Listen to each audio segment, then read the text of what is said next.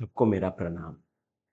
इस दुनिया में लोगों को 2 तरह से उनकी ज़िंदगी जीने में हम विभाग कर सकते हैं। एक, वह लोग हैं जो परमेश्वर के राज्य के अंदर अपना ज़िंदगी जीते हैं और दूसरा, वह लोग हैं जो पाप की गुलामी में जीते हैं। यानी पाप उनका मालिक है, वो पाप के दास बनकर, गुलाम बनकर जीते हैं। अगर हम सामने कहते तो भाई आप पाप के गुलाम हैं, आप पाप करते हैं, पाप से मन फिरना है, यीशु से छुटकारा पाइए कर कर, तो वो नहीं मानते हैं। नहीं, नहीं, नहीं, मैं तो पाप का मज़ा लेता हूँ, मैं थोड़ी पाप का गुलाम हूँ। नहीं, मुझे मन करे तो मैं ज़रा मज़ा ले लेता हूँ। इसमें क्या है? मैं तो गुलाम नहीं है, कोई मानते नहीं है।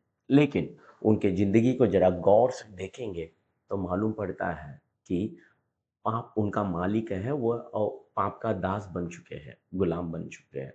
रात को 12 बजे भी उनका मालिक पाप आकर कहता है, "हे उठ, पाप कर।" तो तुरंत वो आज्ञा मानने के लिए वो पाप करते हैं। उनका आत्मा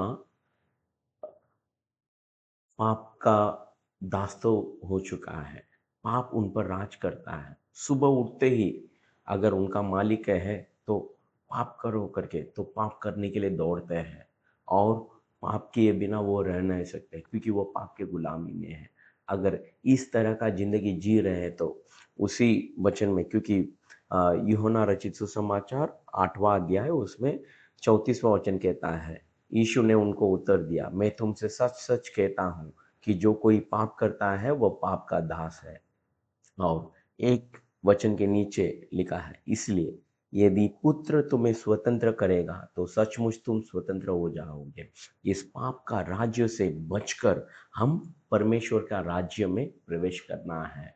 इसी को सुसमाचार कहता है। इसीलिए यीशु को हम स्वीकार करना है। कोई चमत्कार होने के लिए या चंगाई पाने के लिए और कुछ आशीष पाने के लिए वह बड़ी बात नहीं है। असलियत क्या है? क्यों ज़रूरी है? ये कोई धर्म नहीं है, ये कोई धर्म का बदलाव नहीं है, ये कोई जात का बदलाव नहीं है। आत्मा पाप का गुलामी में फँस चुका है, उससे छुटकारा पाने के लिए यीशु के अंदर हम प्रवेश करना है, यीशु के राज्य में प्रवेश करना है।